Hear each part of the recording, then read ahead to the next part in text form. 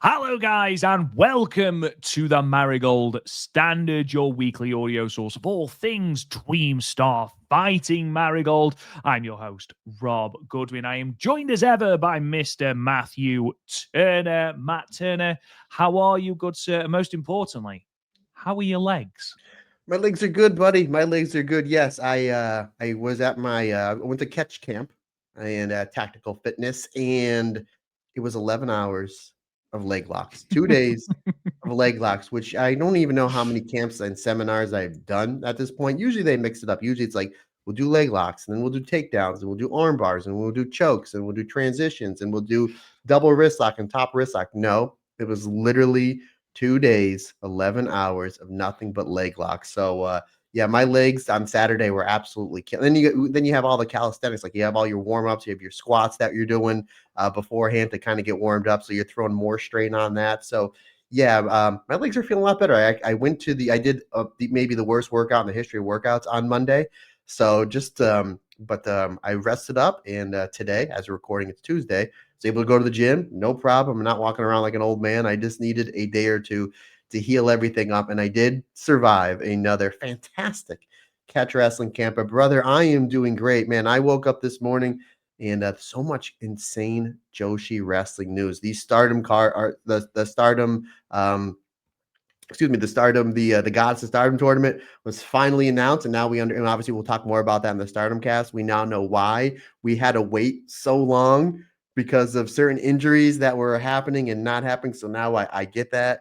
We have the Sendai Girls show from that's going to be taking place in Korakuen Hall in just about 2 weeks' time. That card is flushing out. We got Natsupoi, Bob Momo Bananas on that show. Venny's on that show. Aya Sakura's on that show. Obviously, the main event of Sari versus Jiro Hashimoto. And then Marigold, they decided they wanted to join in on the fun, and they dropped some matches for some cards. I'm sure we're going to be talking about that. I'm super excited about. So a lot of great stuff going on in the world of Joshi. Rob, go enough about me and my legs that have now healed. How was your weekend, buddy? Yeah, my weekend was good. It was Big Papa Goodwin's birthday, so we went out for a meal and then invited everyone around to ours to watch the Newcastle match, which is always just a hellish affair. It really is, and Newcastle decided to completely ruin the day by playing football like they've never seen a football before. So that was annoying. I think me, my brother, and my dad all left in quite bad moods, to be perfectly honest. But apart from that, it was all good. Quite a nice chilled out weekend. We did attempt to go and see some fireworks with it being bonfire night, but right, tell me if this is annoying. So we went to Okay. go and see some fireworks. I say the bonfire is at 7. Okay, we're lighting the bonfire at 7. The fireworks are after dark. Thank you. That face there is the reaction that me and obviously Kirsty had as well. So we thought, right, okay, well we'll leave at 7 because they'll light the bonfire, they'll give it an hour, and then they'll do the fireworks. So it's about 25 minutes away. Get in the car, we'll go. 7:30, the fireworks were going off. So we'd missed it. What a Is that ridiculous or is that me? what a rib. What a Thank you. rib. Was there a Thank complaint you. department? Did you complain, or was it I just mean, no I complaint mean, it department? was for charity, so I don't feel like I can be Yeah. that guy. Yeah, you're right. I would have just maybe gave somebody a random lariat, called it a day. Oh, I did, to be fair. I Yeah. did. Just a couple of people, just, again, for charity. Charity lariats. Chariots. There you Char- go. Chariots on fire. Did you yell Cha- youth like Stan Hansen back in the day? And all of a sudden, Rob has this random elbow pad, and Kurt's like, just like "Where that. did that elbow pad come from?" He's like, "Don't worry." He's like, "Don't worry about it." I always have this handy. Always have this handy. Yeah, we've got a few little bits to talk about in terms of Marigold this week, but it is not going to be a terrifically long episode. We've just got the one show we're going to be talking about today. I know that Marigold ran a show on the 1st of November, but as we record today on the 4th, it only dropped this morning. So myself and Matt haven't had a chance to watch it yet. So on the plus side, that does give us something to talk about next week, because Marigold haven't got a show until the 13th of November at Shinjuku Face, which we're going to be talking about very shortly. So gives us something to talk about next week. So we're just talking about Mask Fiesta and a little bit of news as well. Because as you mentioned, Matt, Marigold have dropped some interesting cards. But before we get into that, of course, those cards, unfortunately, are not going to include Utami, Hayashishita, Komomo, Minami, and Mai Sakurai. So immediately following Masked Fiesta, or Mask Fiesta. I keep calling it Masked Fiesta. I'm very aware it is Masked Fiesta. Me Uh, too. Yeah, Marigold. past tense. I Masked. know. Yeah, I mean, technically, it did happen in the past, so it should be Yeah, Masked you're Fiesta. right. Absolutely. Marigold did announce that unfortunately Utami, Mai Sakurai, and Komomo would be taking time off to heal various injuries. All three did obviously feature at Grand Destiny and Mass Fiesta. Utami and Mai both dropping their respective championships at the pay-per-view.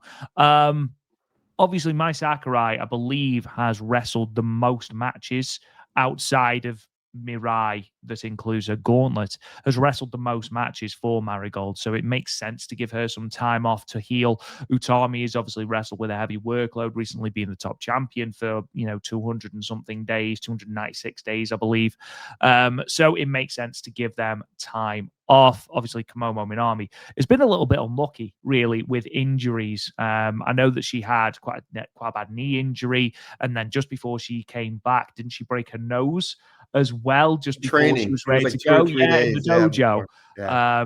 And now obviously she's out again. Now, obviously, we don't know the specifics of any of the injuries. We also don't know when they are going to be back. Now, the two shows that Marigold have announced, which we're going to be going into in a moment, are the 13th of November show, which is going to be live on Wrestle Universe from Shinjuku Face. None of those three are featuring on that card. That card has been announced in full. However, they have only announced the top 3 matches for the Korakuen Hall show. So there is the possibility that 1, 2, 3, or none could appear on that show. But obviously, either way, myself and Matt wish nothing but the best and speedy recoveries to Utami, Mai Sakurai, and Komomo.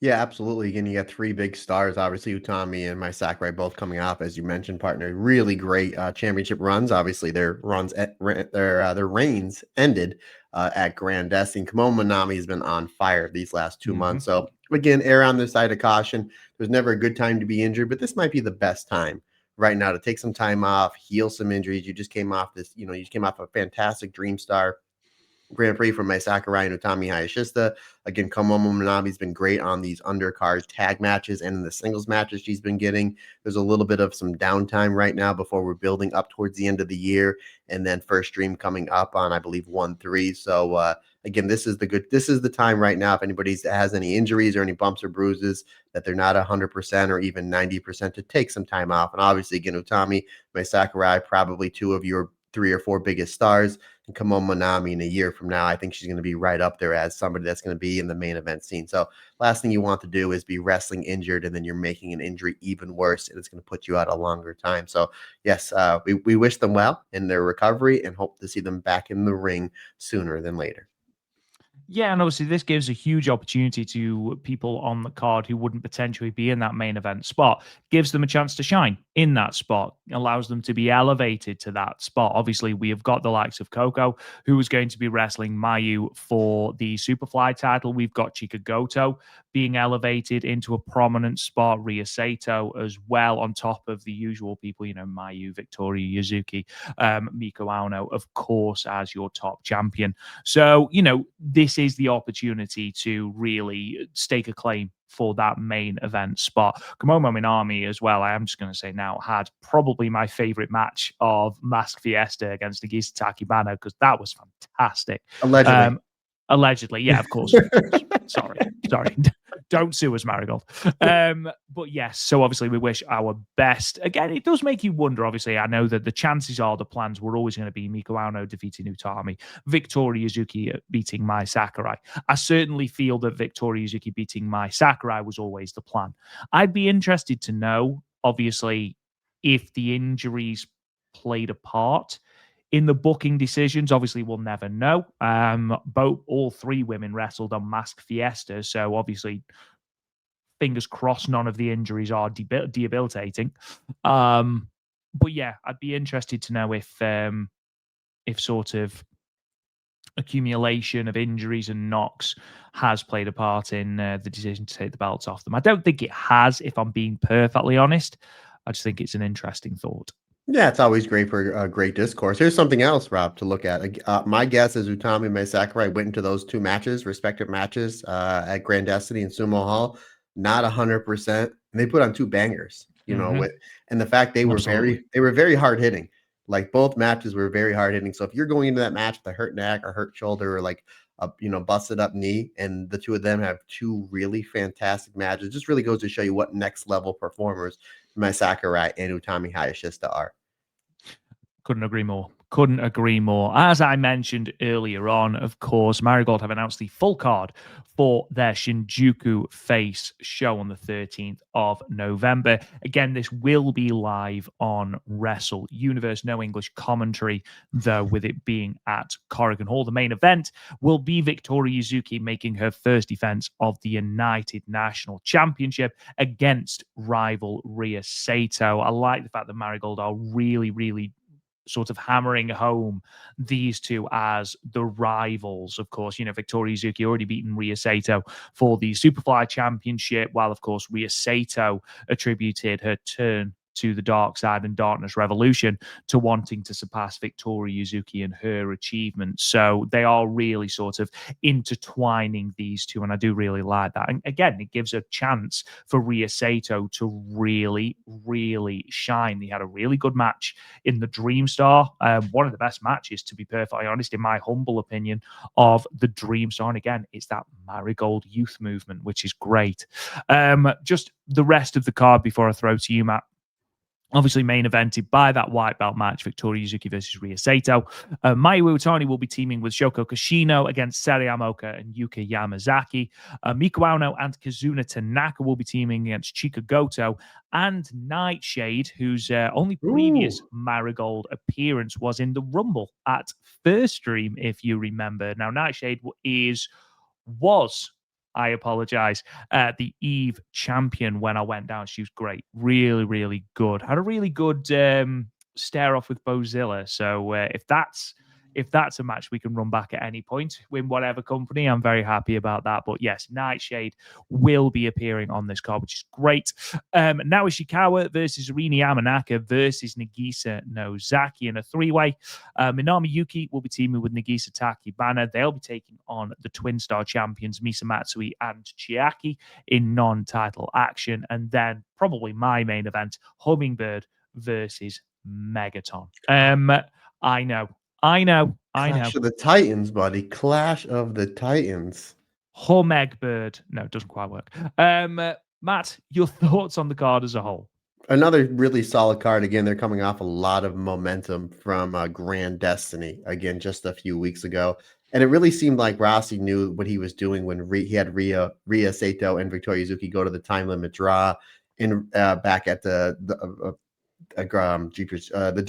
Dream Star. So there we go. There it is. Words. The Dream Star. Yeah, the Dream Star. So because he knew he was going to set this up, and this sets up perfectly. This is a great V1 challenge for Victoria Yuzuki, and it's going to make it for a great highlight for Rhea Sato being in the main event in a legendary venue like Shinjuku Face. Again, this is live, I believe you said, partner, on Wrestling Universe. Live. So we won't have to wait for it. And again, you know that they're going to have a great match because they had a great match at the Dream Star. See, I got it the second time. So even though I'm pretty sure we all assume that Victoria Yuzuki is going to walk out as still the United National Champion, Rhea Sato is going to come out a lot better than she is going in. It's going to put a bigger and better light on Rhea Sato. And as you said, buddy, it's the youth movement. It's the youth movement.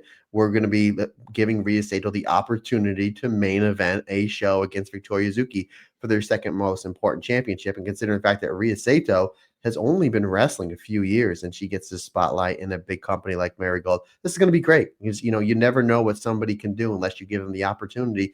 And this is a great opportunity for Rhea Sato to show everybody how truly great she is, and how a really big opportunity for Victoria Yuzuki to show that she can carry this company in the main event on a show like this again in Shinjuku Face as the second, the champion with the second biggest belt, the United National Championship. Yeah, I think Victoria Yuzuki, I think it's fair to say, has surpassed that sort of. I know we talk very much about the Marigold youth and talking about the rookies coming through, the likes of Yuki Yamazaki, who I think is certainly one of those that can ascend through the card very quickly. Obviously, you've got Seri Amoka as there as well. But I feel like Seri and Victoria Yuzuki in particular are ones that have sort of ascended past that and are now legitimate stars, I feel like, especially Victoria Yuzuki and Marigold are obviously very, very hot on Yuzuki, rightly so. I think she's a very marketable star. I think she is an incredibly talented athlete, especially for her age, when you think she's only coming up on 2 years, I believe, in the ring, which is mad. When you look at what she's able to do, the passion she's able to inject into it as well.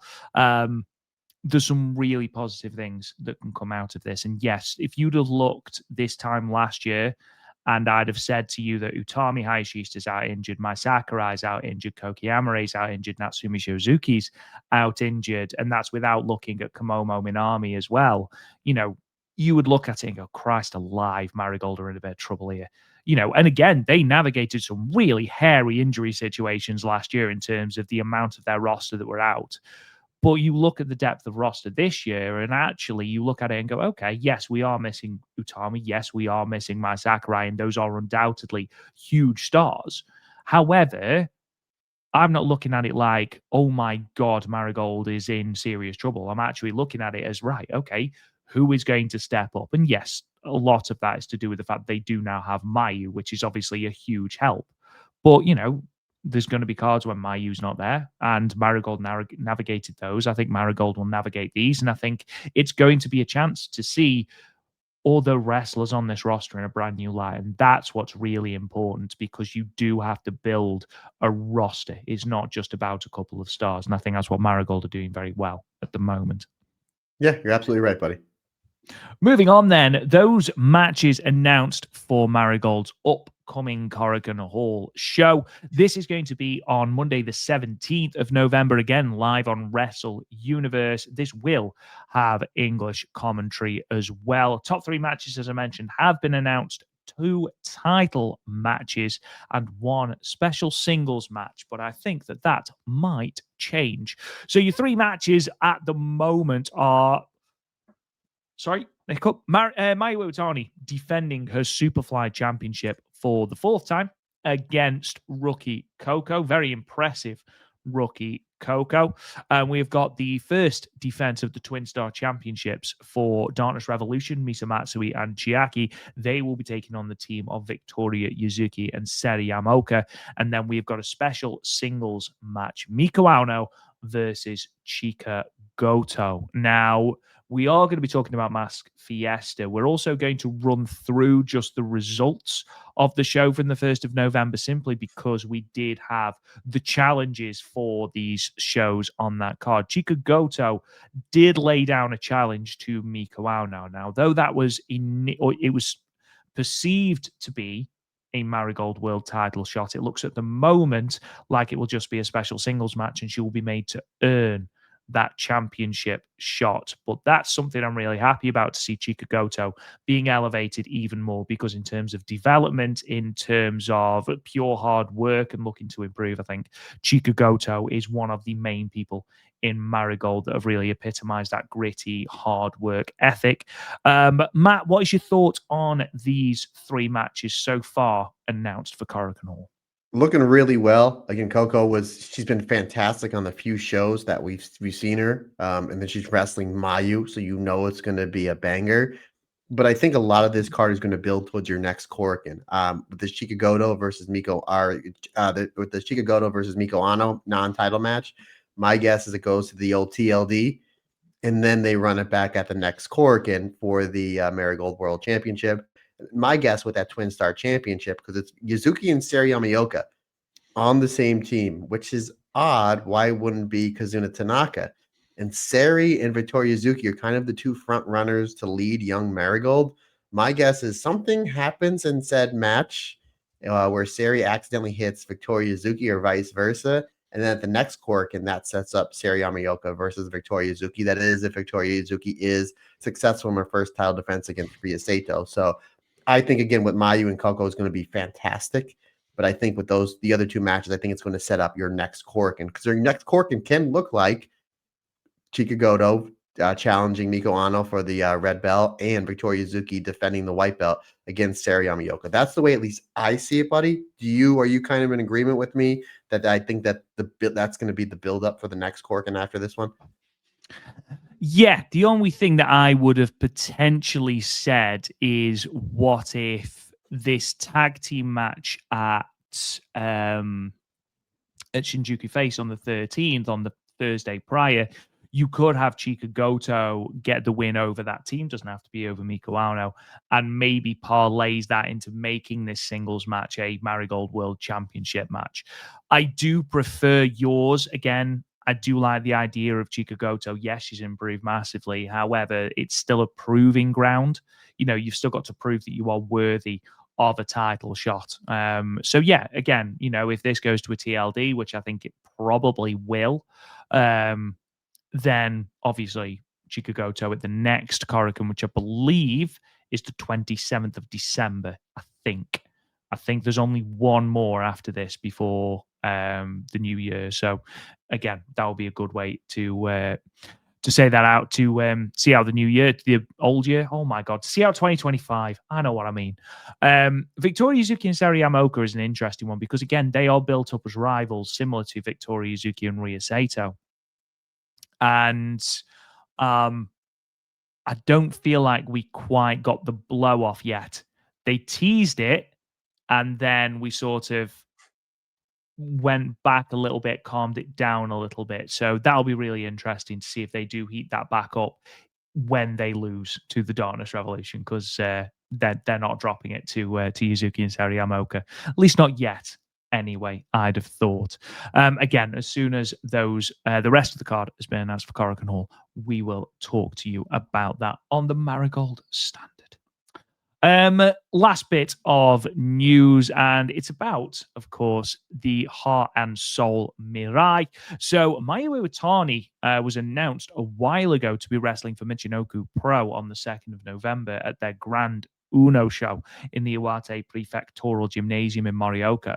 And basically, she was scheduled to have a mystery opponent. That mystery opponent turned out to be Mirai. Apparently, very, very, very good match, as you would expect.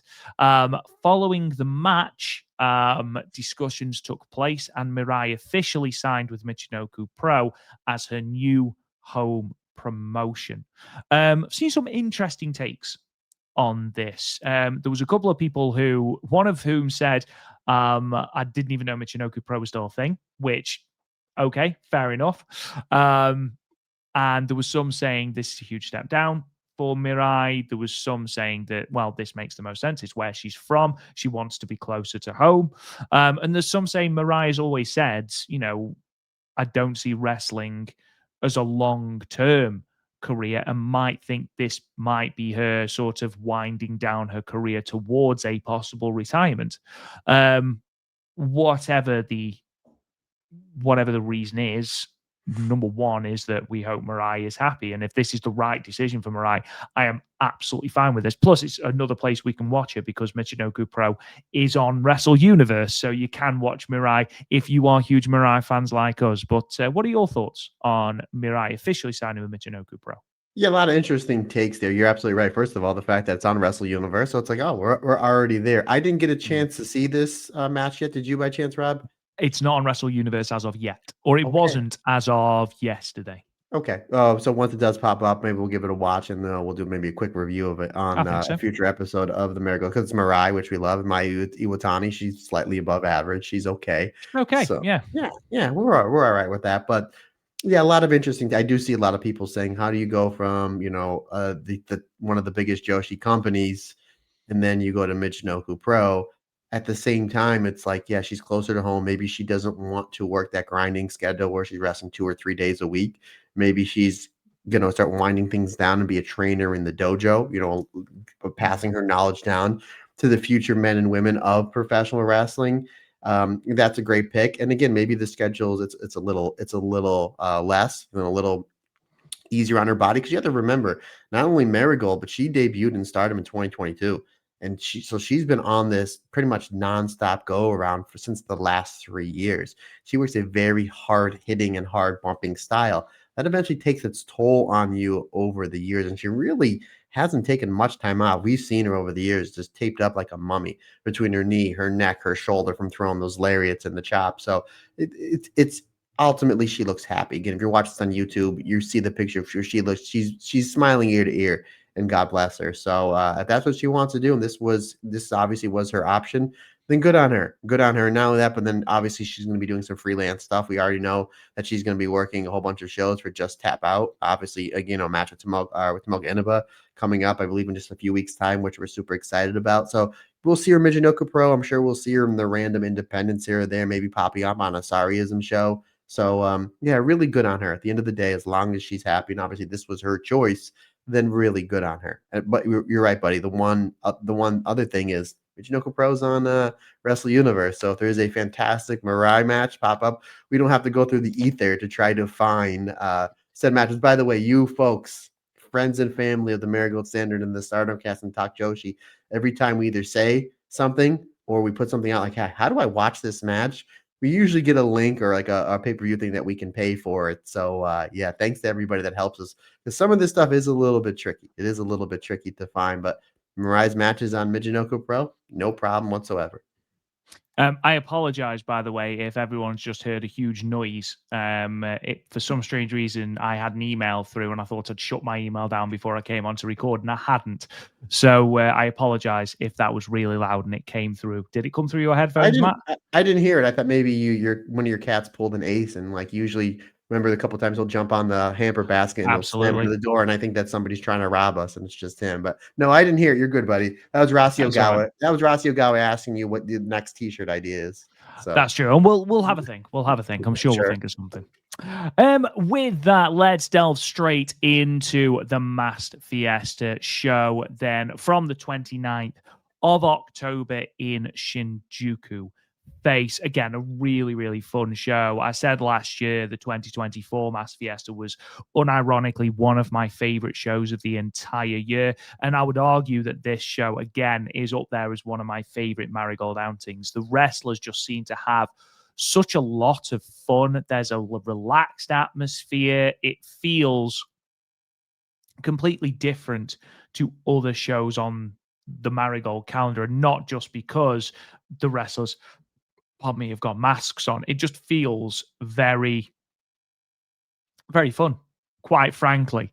In terms of the attendance, then it was 325. Now, this is the second lowest number Marigold have drawn to the venue in the 9 times they have run it, with it being a 17.09% decrease on the last time they ran there, which was 392 on the 2nd of September as a part of the Dreamstar Grand Prix. However, context is key with this. It is worth pointing out that the show ran on a Wednesday with no title matches. So a drop in attendance from their previous show, which was a Dreamstar show, was bound to happen. It's also worth pointing out that this is a 52.58% increase on the last Mask Fiesta show, which was on the 27th of October last year at Shinkiba First Ring, and they only drew 213.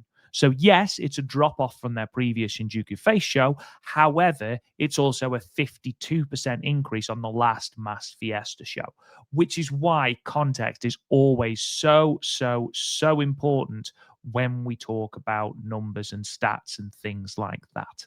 I do want to point out, Rob, technically no Mayu, technically no Utami, technically no Matt Sakurai. So that's what, when you're missing some of your big stars, That is true. That's understandable, but go ahead, continue, good sir. I do just want to say that to open the show, Queen O'Lantern, Butterfly Mask, and Tigra Fuka came out to welcome everyone to the event. Of course, Queen O'Lantern, allegedly Natsumi Shozuki, Butterfly Mask. I can't even say allegedly for that. It was Koki Amare. Like, there's no hiding that.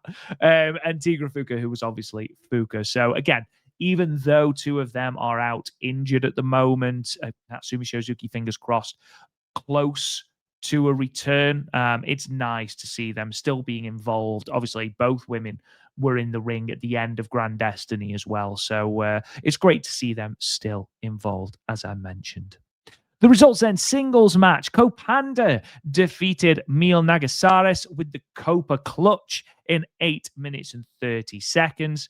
In a singles match, Riwawa Trickland, which was Rhea Sato, allegedly, defeated Ryder Yuya with a roll-up in 8 minutes and 21 seconds. In a tag team match, Kenyan and Rise defeated Gal Luchadora and Masked Lilith. Rise hitting Gal Luchadora with a swan dive dropkick in 9 minutes and 9 seconds. In a 6-woman tag team match, Bio Serpent, Wild Wolf, and the Best of Cutie Matsu defeated Darth Maeda, Mercy, and Megalotti, with the Best of Cutie Matsu defeating Megalotti with a modified head scissors in 13 minutes and 11 seconds.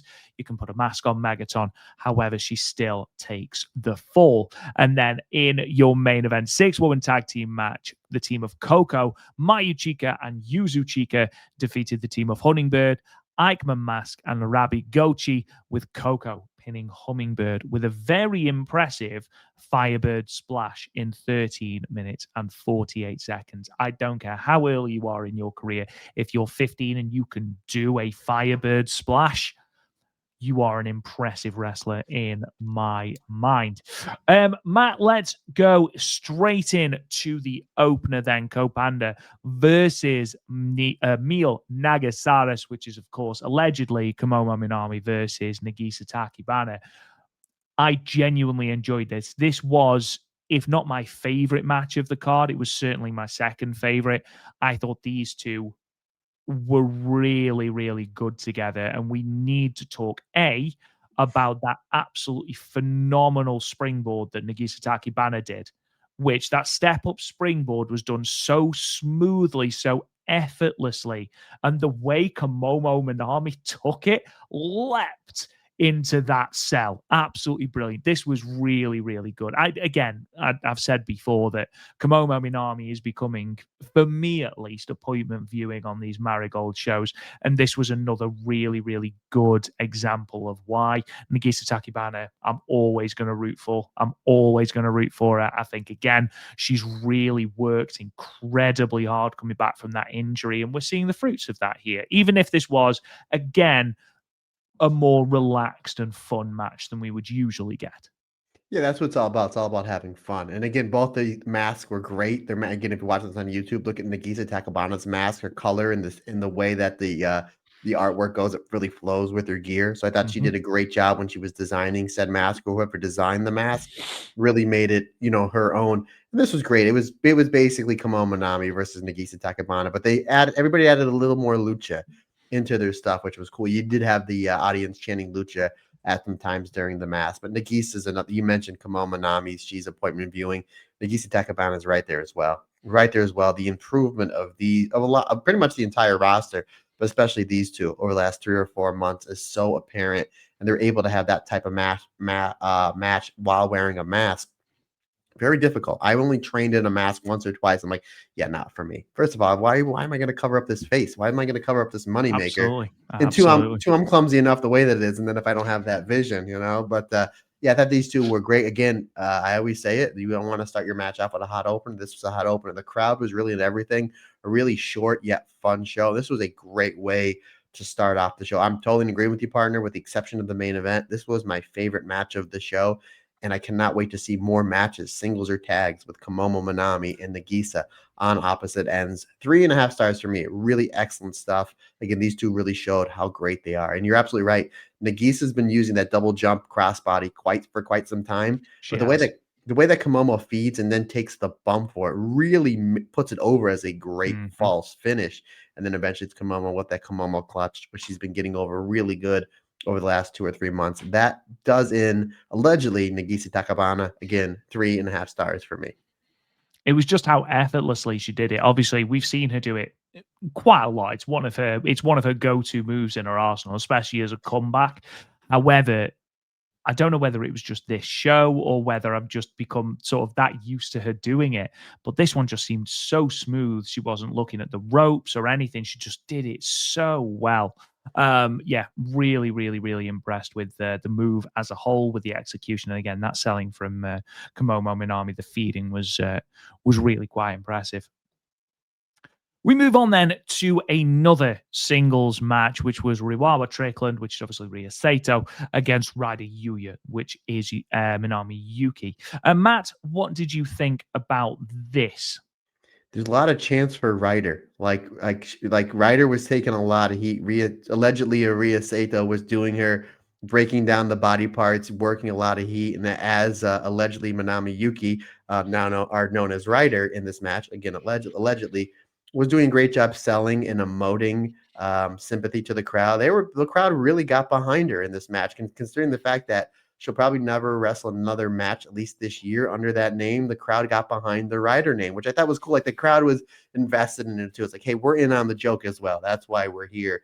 But this is really good. A really great basic match back and forth between the two, with eventually the Lawara, I hope I'm saying that right, Rhea Sato, make it easier, is able to catch Manami Yuki allegedly in a roll-up. Solid match. Again, I liked how the crowd really got into it, and they got into it with the gimmicks. They didn't call it Manami or Rhea. It's like, okay, let's have some fun with this. 3.25 stars. Really fun stuff between two fantastic wrestlers in Marigold. Going on to our first, technically returning Mass Fiesta wrestler in Kenyan, teaming with Rise, who is, of course, Sari Amoka, against Gal Luchadora, now Ishikawa, and Masked Lilith, which is Yuka Yamazaki. I really like the team of Kenyan and Rise. They really lent into the gimmicks and really worked well as a team as well, Matt.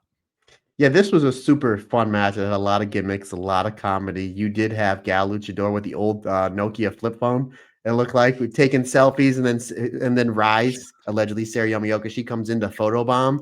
I thought that was really cool. It reminded me when we were in Vegas and myself and Amber were taking all those nice pictures, and all of a sudden here comes Rob's head photobombing. And every now and again, I'll go through my roll on my camera just for like the photos that we got with some of the Joshis. I'm like, oh, there's that nice picture with me and Amber and I that Rob decided to throw his head in. So you were basically the Rise. Absolutely. I'll take that. Yes, that's a win. That's a compliment, buddy. But this was great. Again, Yuka, allegedly, she is great. Just the snap she's been getting in her kicks and that step up Insaguri, and it literally comes out of nowhere. I thought it was great. I thought the wrestling was terrific, but then we got into a lot of the comedy stuff. And again, I thought that Gal Luchadora, who again, now Ishikawa, who plays Gigaton, again, allegedly, I'm saying that a lot here. That'll be the next t-shirt. The Mass allegedly. Fiesta, Mass Fiesta 3, allegedly. So there you go. There's your t-shirt for next year. But the fact that she's able to play so many different characters and do it so well, I'd like to see maybe a little more of Gal Luchador. Again, I thought she was funny. I thought she really, really hammed up her character, almost like as a teenager, which I thought was funny. But I tell you what, Sari Oka and Kazuna Tanaka, really darn good team, buddy. Really darn good team. Again, with Sari and Victoria Yuzuki teaming up at the next Korakuen Hall show, throw Tommy in there, and that might be King's Journey, the very first King's Journey. We've been talking about it for about a year. But again, I thought this was really terrific stuff, fun stuff. 3.5 stars for me. Do we have a potential at First Dream that during the Rumble we might see the three faces of Naoya Ishikawa? There's your next shirt as well. 3 faces of Naoya Ishikawa. There we go. We just came with 2 shirts in one match, buddy. That's how talented, allegedly, we are. There's no allegedly there, mate. There's no allegedly there. You can't fake being this talented. Groovy. What groovy? Remember that? I do remember that. Two episodes. It turns out, Matt, that Bioserpent, and I don't know if anyone knew this, turned out it was Nagisa Nozaki. But, and credit to our listening audience, who the moment we said Darth Maeda looked like Natsumi Shizuki were like, no, it's my Sakurai. She's a huge Star Wars fan. And we then got bombed with a load of photos of her with Star Wars characters dressed up in Star Wars costumes. Like, oh, well, don't I feel stupid? So thank you to everyone who pointed that out. Living the gimmick. Absolutely living the gimmick. Living her best life as Darth Maeda. I wish I was at this show because I would have purchased so many autographs from Misa Matsui, and I would ask her to sign it as the best of Cutie Matsui. That is like the longest. It's the most unnecessarily convoluted name. I was like, oh my goodness. Just It literally, keeps going. yeah, it took up like because obviously like I know who they are underneath the mask, and most of these wrestlers had their regular gear on, so it's easy to figure out. But I was like pressing the thing on Wrestle Universe just to get the. I'm like, I'm just gonna put Misa Matsui on. I'm like, oh my goodness, take up half my page. Like that's all my notes. Was just her What name. makes me laugh is in the graphic, she's next to Mika Wano, who's just known as Mercy. Just one word. She made it easy. She's like, She did. I'll make it easy. I thought this was hilarious. This was fun. Obviously, again, Darkness Revolution Army, they work really well as a team. The Megaton stuff I thought was hilarious. Like when she gets her mask taken off, and then all of a sudden, Sakurai comes in with a Darth Vader cloak and puts it over her face to shield her. I thought it was great. I like how anytime anybody was in trouble in this match, and by anybody I meant Megaton. Megaton, yeah. Yeah, Sakurai would just come in and hit somebody with a lightsaber. And I was like, and Rob and I talked about this before we hit the record button. Obviously, I'm a stickler for rules. You shouldn't be using foreign objects in front of the referee, but it's Mass Fiesta and it's Star Wars. And I'm a massive Star Wars fan. So I'm like, yeah, I'll allow. And then they did they did the force choke spot, which I did do, if you remember, when Andy and Heather and I wrestled at Colossal Con. We were wrestling the Star Wars people. Nowhere near as good as that, but that was really cool, especially like the force choke going up the ropes. I thought that was great. And then the force push, I was like, yeah, that totally makes sense. This was a whole heck of a lot of fun. You get a little tributes there of Miko Ano like hitting the Shibata dropkick and the kicks, but ultimately it was really, really fun stuff. And then Megaton just keeps losing her mask, and then she taps out to a modified armbar. 3.5 stars. Again, this was just a super fun show. The fact that you get a fantastic wrestler like Mai Sakurai dressing up as a Star Wars character. They came out to the Imperial March. That was brilliant. That was my favorite bit of this entire show. I just hope that nobody from Lucasfilm or Disney listens to us, because I don't know if Wrestle Universe is going to get sued, but regardless. Be fine. ECW got away with it for years. Yeah, that was in the 90s. Who cares? It was the 90s. But again, really fun stuff. 3.5 stars for me. Yeah, I feel like if you are looking for a match that epitomizes the vibe of Mask Fiesta, it's this one here. I mean, you've got Mai Sakurai literally force choking the entirety of Darkness Revolution, who then sold it brilliantly, especially Chiaki, who seemed to be in her absolute element as Wild Wolf. Moving on then, and this is your main event. This was lashings of fun, and I think the prize for best mask. Now, Hummingbird, her mask was amazing, even though she is a masked wrestler anyway. I thought her mask, incredible stuff. Big fan of Eichmann mask, obviously Utami Hayashishita, as she was last year. However, for me, the prize for best mask goes to Victoria Yuzuki. I think that was by far the most intricately designed mask of the entire show. What say you? I totally agree. And you have the Halloween theme. I think this took place on the 29th, so a couple days before Halloween. You had the half purple, half orange, which worked really well. All the masks were great, but I totally agree with you that Victoria Yuzuki had the best mask. What was Rob? Utami kept doing something where she was like doing the Bret Hart opening the jacket and doing like the Bret Hart thing, and the crowd kept chanting something. Every time she did it, didn't matter what was happening in the match. And it kept getting over. Chanting. And I was like, I don't know what they're saying, but every time she could have done it 1,000 times and they would have reacted. Like they were just so reacted to Utami. I don't know if there's anybody that had more fun on this show than Utami Hayashishita. Utami, yes, she was loving it. Like I would say Mai Sakurai, but you couldn't see her face because it was fully covered. At least like with all the other masks, you can see like the mouth and the eyes.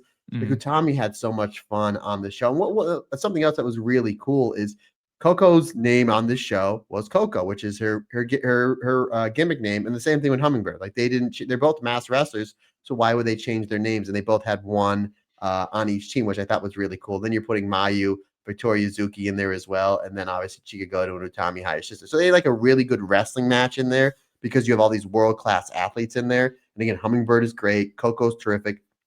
We mentioned this a couple weeks ago. Coco's first 2 matches in Marigold, she was opposite Hummingbird, and Hummingbird was the base for all of the lucha, and she made her look really well. And then Coco eventually gets the win, pinning Hummingbird with the 450 splash. So I like it how Hummingbird is making sure Coco is getting over to the degree that she is, literally the point where she's wrestling Mayu Iwatani on the next Korakuen Hall show for her championship. So again, that's really cool.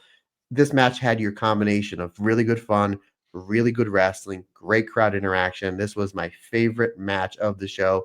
3 3/4 stars. You've got a little bit of Mayu and Utami in there. You got a little bit of Victoria Zuki and Utami in there. Ultimately, though, is Coco hitting that insane 450 splash, as you just mentioned. 15 years old, and she can do a 450 splash. Rob, now I have to ask the question. Okay. How old were you when you were able to hit your first, like when you perfected the 450 splash? Were you 14, 15? I think you were telling me. I think I was 7. Excuse just me. just a wrestling prodigy. What can I say? I was the Roxanne Perez of my day. I will be honest, I can't say it down without making this noise. So the chances of me being able to do anything that even closely resembles a 450, the only thing that I would be able to do that looks even close to a 450 splash is falling down the stairs. So yes, because you're doing that's like a 920, but it's like like a slinky. Exactly. Yet less graceful somehow. Yeah, more like if you put an octopus in a washing machine. I imagine that's probably more what you would get in terms of arms and legs everywhere.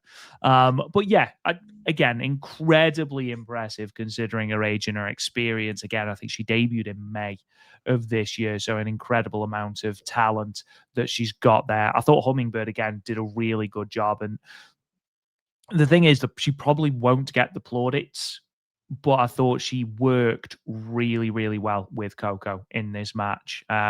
Again, you're absolutely right. Utami Hayashishita has just dropped the biggest belt in Marigold and is having the absolute time of her life on this show, and that's why this show is so special, because it isn't canon. Let's be perfectly honest. Nobody is going back and going, well, Mayu Chika got a pinfall over, blah blah blah. No one's doing that. However, you look at this in terms of Utami just letting her hair down and having a good time playing up to the crowd, being able to sort of be herself instead of this stoically cool character that she is ordinarily. It's great and it's refreshing to see. And that's why, one of the many, many reasons that I do love this show. Speaking of it not being canon, of course, Coco did challenge Mayu Iwatani, but in the real world. However, Mayu Iwatani wasn't in this match. So technically, it wasn't canon. Buddy, I have to ask, because you are the king of stats, and that's why all your books are fantastic. And cheap plug for Rob's new book coming out on December 1st, just a few weeks away. Correct. Building Blocks, 50 of wrestling's greatest matches. These Mass Fiesta matches, not only in Marigold, but in Stardom as well. Do you count them when you do the stats? Like, is this a win for Mayu? Yeah, I do. Okay. I'm just curious. It is, it is ring time. So, and they are putting their bodies on the line for our entertainment. Absolutely. So there you go. Okay. No problem. I'm just curious. It's a win for Mayu. It's a win for Coco. It's really annoying, actually, because there was one show, they've changed it now, but there was one show on Cage Match where they didn't put who the people were. So, like, there was obvious ones, like Passion 7 was obviously Nanae Takahashi, and there was someone else that was really obvious. But there was some where I was like, I haven't got a bloody clue who these are.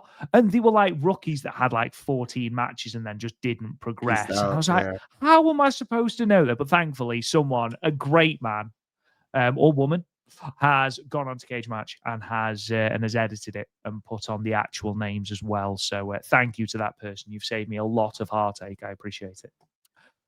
But yes, this did signal the end of Mass Fiesta. I do encourage you to go and watch it because, again, I think it was an hour and 40.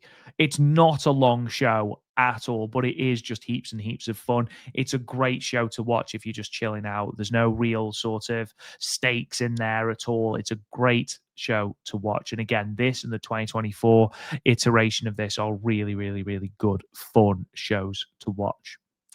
In terms of the show from the 1st of November, the 10th night of the Battle Heart Tour, as we get close to wrapping up the Battle Heart Tour, actually. This was from the Ushioku Sports Park Gymnasium in Ibaraki. 205 people, first time they have run the venue. Just wanted to briefly run through the results because obviously there is stuff on this show that does impact the stuff that we have talked about. Three-way match, Minami Yuki defeated Nagisa Tachibana and Hummingbird in 8 minutes and 2 seconds. Kazuna Tanaka obviously defeated Megaton in a singles match in 4 minutes and 24 seconds. Rhea Sato defeated Yuki Yamazaki in a singles match. That went 13 minutes and 24 seconds, by the way. So Ooh. given lots and lots of time, which is good. Tag team match, obviously Chika Goto and Shoko Kashino defeated Miko Ano and now Ishikawa in 15 minutes and 54 seconds. This prompted Chika Goto to challenge Miku Ano. And I'm certainly not opposed to Chika Goto, as I mentioned before, getting a world championship shot. We've seen time and time again people getting that shot. They're not going to win, but it's a great elevation for them. It's a great way to basically test them. Are you going to sink or swim in this position? And again, if we're talking about people that have earned that spot, you're not going to find many people in Marigold who've earned it more than Chika Goto. And then in your main event, Mayu Iwatani, Sari Yamaoka, and Victoria Yuzuki defeated Donna's Revolution, Jackie Misamatsui, and Nagisa Nozaki in 15 minutes and 4 seconds. That victory did prompt Sari Yamaoka and Victoria Yuzuki to challenge for the Twin Star titles. That's obviously coming up at Korakuen as well. It also prompted Rhea Sato to come out and challenge for the United National title, which again is coming up next week at Shinjuku Face in the main event. And that match should be an absolutely fantastic match. That match I am really, really looking forward to. I'm looking forward to seeing what Chika Goto does because, again, last time she was in a really, really prominent position was the United National Championship match against Mai Sakurai, and I thought she did a great job. And I thought her and Mai Sakurai had great chemistry. I'm really intrigued to see what her and Miko Ano do together and where this story progresses next as well. Oops. Yeah, I totally agree. And as we mentioned at the start of the show, I just hope it happens in Korakuen because that's where Shikugoto gets the biggest applause, and that's where you get the most mileage out of it. But again, we'll see. Maybe it's something they hold off until next year and first stream, or maybe even after. We'll see how it goes. But I think this show, again, obviously we didn't see it because as of this recording, it's not on Wrestle Universe. Looks like another really great show. Of course it is because Marigold's terrific. But they did a great job coming off the buzz of Grand Destiny and setting up your next championship matches, which again, we'll be reviewing in a few weeks' time here. Rob Goodwin on the Marigold Standard. And also, we're going to be saying lots of good things about Miko Ano's new entrance gear because she has a new entrance robe and it is amazing. It's an interesting thought you've just put there because obviously, having gone so long without a Marigold pay-per-view, our next one is realistically just around the corner. It's less than 2 months away. That's right. It's a big show. It's Ota Ward City Gym. If you are Rossi Ogawa, now assuming you have Utami back, assuming you have Mai Sakurai back, assuming you have Komomo Minami back, and assuming you have Koki Amare back, who I'm hoping will be back by then, I think Natsumi Shozuki should be back by then. And obviously any more injuries notwithstanding. Who do you have challenge for, especially those top two titles in obviously Miko Ano and the world title and Victoria Yuzuki in the United National title? I know who I'd have challenge for the red belt. I'm intrigued by the white belt for you. I think we're both going to agree. Mai Sakurai. Yep. I think because she has elevated herself coming off that great run as United National Champion. Not only that, but you can tell the story. This is a rematch a year ago. Yeah, it was to the day. It was for the United National Championship. In my opinion, the best United National Championship match that belt has had. But now the stakes are even bigger because it's the main event and it's for the championship. So you can say that Miko Ano could be like, "Look, I beat you a year ago in this building for the United National Championship. None of that, but I won the Dream Star. When you went to the Dream Star, you only went to the finals, the first one, and you lost that. So you can get a lot of sympathy behind Mai Sakurai in that match. Now, I don't think Sakurai wins the belt, at least not just yet.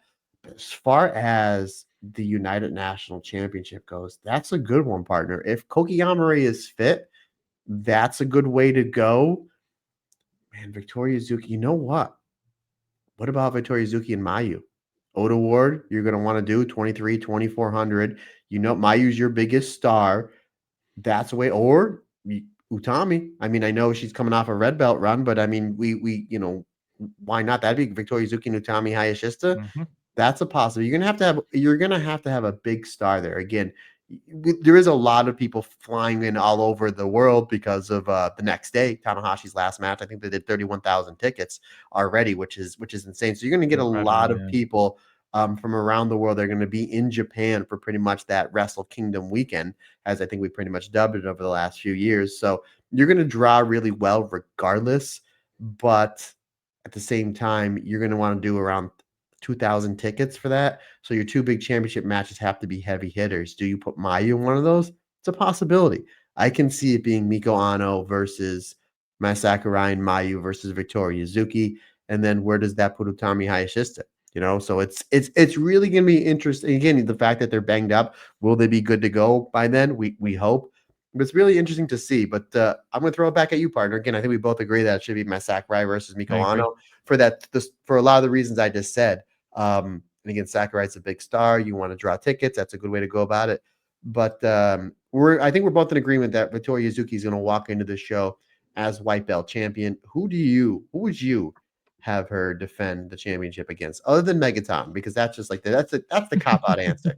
That's like hey, I'm a heel. I'm going to try to get heat in this. I'm going to try to get heat in this town. What town are we in? Albany, New York. You guys stink. Your roads are terrible. You can't. That's cheating. So obviously Megaton, we're going to leave her off the table. Deuces are wild. We're going to leave her off the table. Who are you? Who challenges for said belt? Also, what do you have against Albany, New York?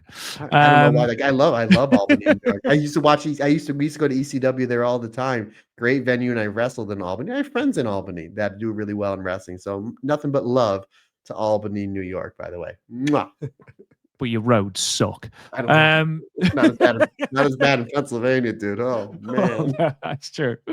It's an interesting one. I think if Koki Amare is fit by then, it's a big if. Obviously, I don't know. Again, my friend fractured his collarbone, and it's a dodgy injury in terms of re-injuring it because of where it is. So if she's fit and ready to go, it would make sense to do the Twin Towers versus Chiaki and Misa Matsui. Because obviously I think initially it was going to be, and again, we don't know anything. This is just from where I was going and where, it seemed they were going with the announcement of the reformation of the Twin Towers. I think they were probably going to do Twin Towers and Magenta at Grand Destiny. So I would do the Twin Towers versus Darkness Revolution. And I'll be perfectly honest, I think the Twin Towers probably win as well. Give Jackie and Misa a couple of defenses in the interim. Don't be V0. We don't want that. In terms of the Y belt, I mean, there's a couple of decent options there. If Mayu is otherwise engaged, obviously, we know that she has got a Superfly Championship match against Miya Momono in the back pocket.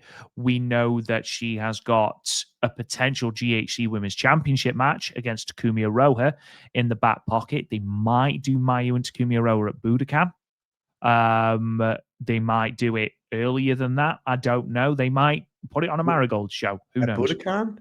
Oh, for the 1-1 show. For the 1-1 show. I thought Marigold was running Budokan, or they may do it at Mayu's anniversary show. There's a lot of places. There's a lot of places to do. I like that Budokan. There's another reason why we need to go. I just want to go there because that's like the All Japan hub back in the 90s. But good point. I'm sorry, sir. You just threw me off. I'm like, when did Marigold announce they were running Budokan? Oh my goodness! All this news we're talking about. You missed out. They're running Budokan. I think another option is that you wait and do Seri Amoka there, potentially. But that does leave you with Utami in an undercard tag. And I feel like Utami is someone that you need to feature. I imagine, and we talked about this after Grand Destiny, I imagine we are going to be in some sort of redemption arc with Utami Hayashishita. She's lost the red belt. She lost it in a match that wasn't even the main event. Didn't main event a pay-per-view as champion. You could properly drive that final nail home by having her lose in the semi-main event of another pay-per-view for the white belt against Victoria Yuzuki. That could be a real, kick you back down to the bottom of the card and let's see you build your way back up. A slower build than what they did with Julia, where they just shaved her head, gave her 2 losses, and then, there you go, you're champion again. Okay, cool. I think that might be what they do.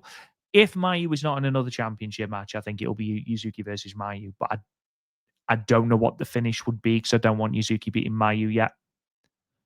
If Yuzuki beats Mayu, which will happen eventually, I want that to be for the red belt, and I want it to be for the Grand Slam championship. The Grand Slam, sorry. Here's something too, because we know Tommy needs to be in a big match. What about bringing in Sari? Because she said she wanted a special singles match Yeah. again a year ago from the date. That's when Utami won the red belt. Or Rob, because we just saw her a few weeks ago, and I'm almost positive you would know better than me, but I'm almost positive this singles match never happened. What about Utami versus Chihiro Hashimoto? Ooh. Ooh. Right? Ooh. Right, and then we have Ooh. we have the marvelous wrestlers as well, so maybe you do Mayu versus Miyamoto on this show, maybe Miyamoto versus Victoria Zuki. Don't breathe because then you won't be able to catch your breath. There's a lot they can do. Yeah, again, you're right, the Takumi Iroha. There's a lot of stuff that's gonna unfold as we are fantasy booking quite a bit, and a lot of things we said we were all for. We there's a lot of great things they have on task. And the only thing that we're set in stone, it's gonna be my Sakurai versus Miko Ano. So when it's Miko Ano versus Takumi Iroha, we're gonna be like, oh well. Yeah, absolutely. And again, a lot of that does depend on who returns from injury. It might be Mayu Utani versus Natsumi Shizuki. Maybe Natsumi Shizuki wants that Superfly Championship back. And that's a match we haven't seen in 20, what, 2014, 2013, maybe?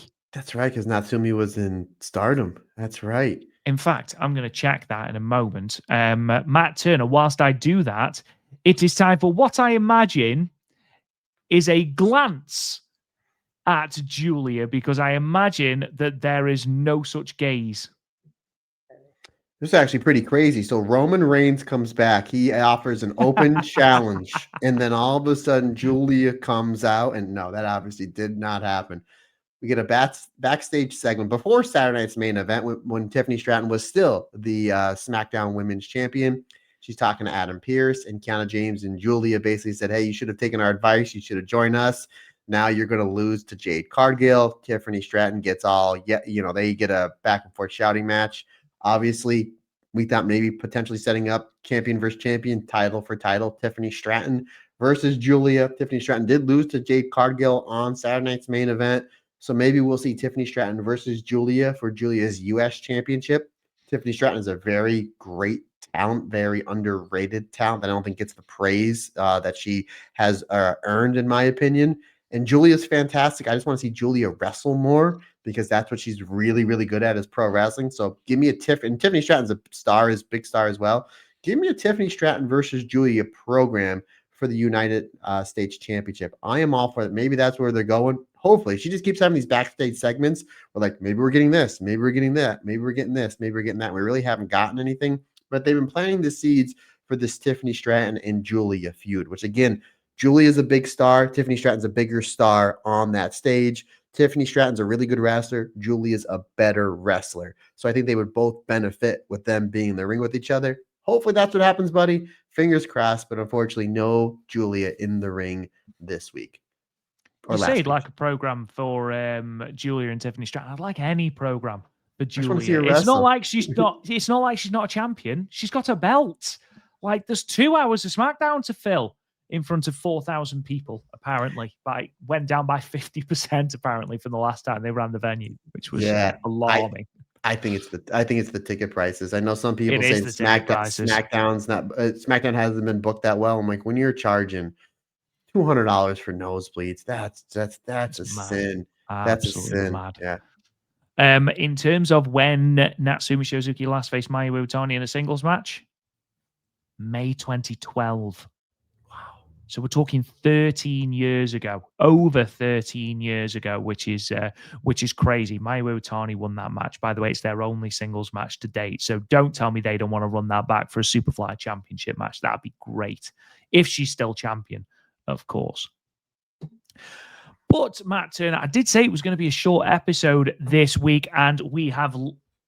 I mean, I did think it would be under an hour, to be fair. So we've already stretched it further than I thought we would. But that does bring us to the end of the Marigold Standard this week. Thank you so much for joining us. We truly do appreciate it. We'll be back next week where we will talk about the show from the 1st of November. Hopefully bring you the remainder of that Korakuen Hall show as well, and obviously all of the news and updates from the world of Dreamstar Fighting. Marigold, if you haven't already, please consider subscribing to the podcast wherever you get your podcast. If you have already, leave us a like or a comment. It really does help out the podcast. Patreon.com/the Stardom Cast for all of your Marigold and Stardom needs. All of our archived episodes are there, includes of hundreds of hours of bonus content, as well as our show reviews, news, reviews, previews, all of those good things. Patreon.com/the Stardom Cast. You can find us on social media at Marigold Podcast, unless, of course, it is Instagram, Threads, or Blue Sky, in which we are Talk Joshi. You can talk to me on Twitter. It's at Real Rob Goodwin. Mr. Turner, good sir, sign us off. Folks, questions, comments, suggestions, anything you need from me, Matt Turner OF on the Instagram and Twitter is the easiest, fastest, and best way to get a hold of me. Or you can shoot me an email. The email address is thestardomcast22@gmail.com. Folks, that's going to wrap it up for a Fiesta style episode higher on the Marigold Standard. We greatly appreciate your support. Can't do without you. It's like I always say, just not my podcast. It's our podcast. Because we're all together and everybody's different. Everybody's special.